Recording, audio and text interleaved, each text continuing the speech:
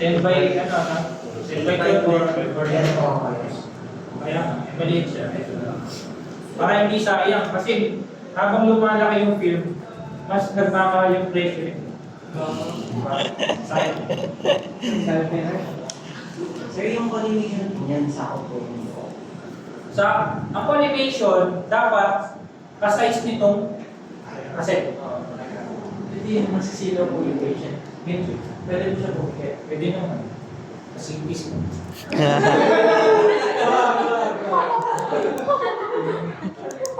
Kung hindi mo na mahal yung lisensyo.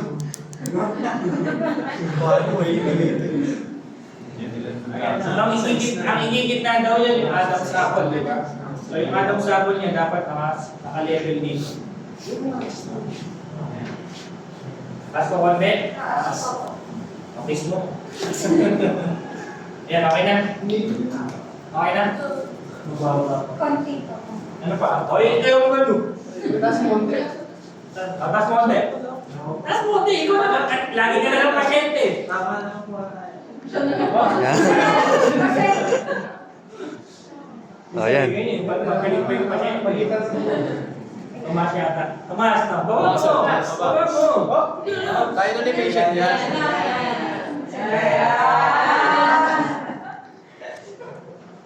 Dapat pantay-pantay yun. Pati ito dapat i-adjust natin.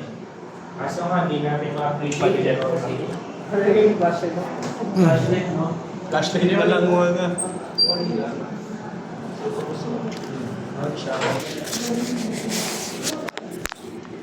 Kanina, sa review namin, napag-usapan namin collimation.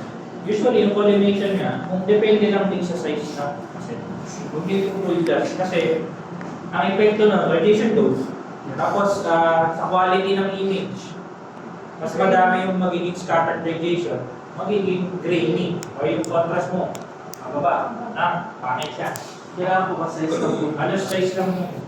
Yun lang naman yung, ang doon pa lang naman makakaproduce ng radiography. Ako may sobra na doon, di ba? Ano pa? Ano kasi na? Radiography na. Radiography.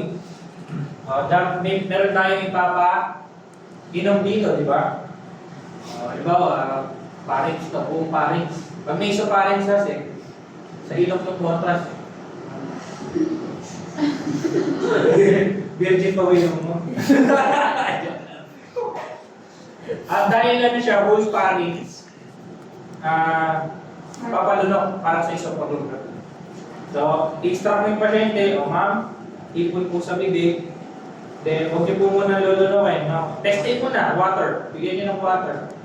Tapos, sige ma'am, pag sinabi ko lunok, lunok. Lunok, lunok. You.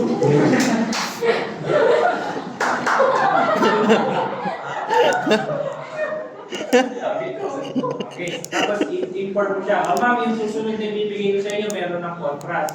Medyo makapula. Na, ipon mo na ulit sa bibig. Ipon sa bibig. Pag sinabi kong lunok, ilan po kayo lulunok? Ha? Ganun. Tapos expose. After mo ma-expose, another position na naman. Lateral yun eh. Lateral. Lateral. Ano ulit? Bigay ulit ng contrast. Then, pag sinabi mong lunok, dapat pala malaman niyo yung timing, no? O wait, pakita ko sa inyo. Dapat pala yung timing eh. Nawala. Ikaw pa rin yung pasyente. Okay, ma'am? Lunok? Lunok. Tatimingan mo yun. Na? Paano po pagka... Bago mo sabihin lunok, dapat makaroon ka na umiilaw na to. Kasi, pag sinabi mo, ma'am lunok, o pipindot ka, saka pa nang iilaw, madi-delay.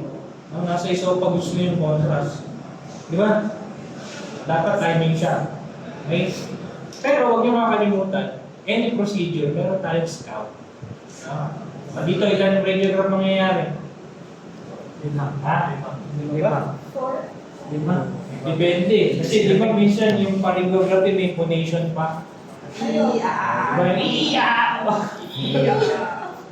Di ba? Pwede x-ray mo siya ng relax, tapos x-ray mo pa siya nung may phonation. Depende. Depende sa request na mabubulot ninyo. Ha? Pero paano po yung limang ano? Ha? Halimbawa po, gawin na nga po Ano yung din? sir. Ano? Yung limang ano. Ayun eh. So from the start. From the start na. Scout muna. Wala pang instruction yun. Ang instruction lang doon, pigil sa paghinga. Para hindi siya gagalaw. Para magpagagalaw, pigil mo sa paghinga. Sure. Tara. So gagalaw ma'am. Ha? Gagalaw, pigil po sa paghinga. Tapos, magpakontrast na. Ma'am, meron po akong papainin sa inyo na ipon po sa bibig. Ulok. Ngiti. Lambugan. Ipon mo na sa bibig, ha? Ma'am, ano ba?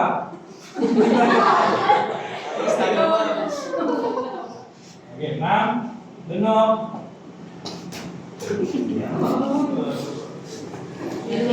Busog ka na. Sa amin. Busog ka sa amin. Pangatlo yun. Ito yung pangapat. Lalo po sa bibig. Ay, tutulog ka agad. Di ba? Ipon lang sa bibig. Ha? Tapos, rotor. Ma'am lunok. Oh. Nalingin mo yung paglunok niya, ha? Panglima. Panglima.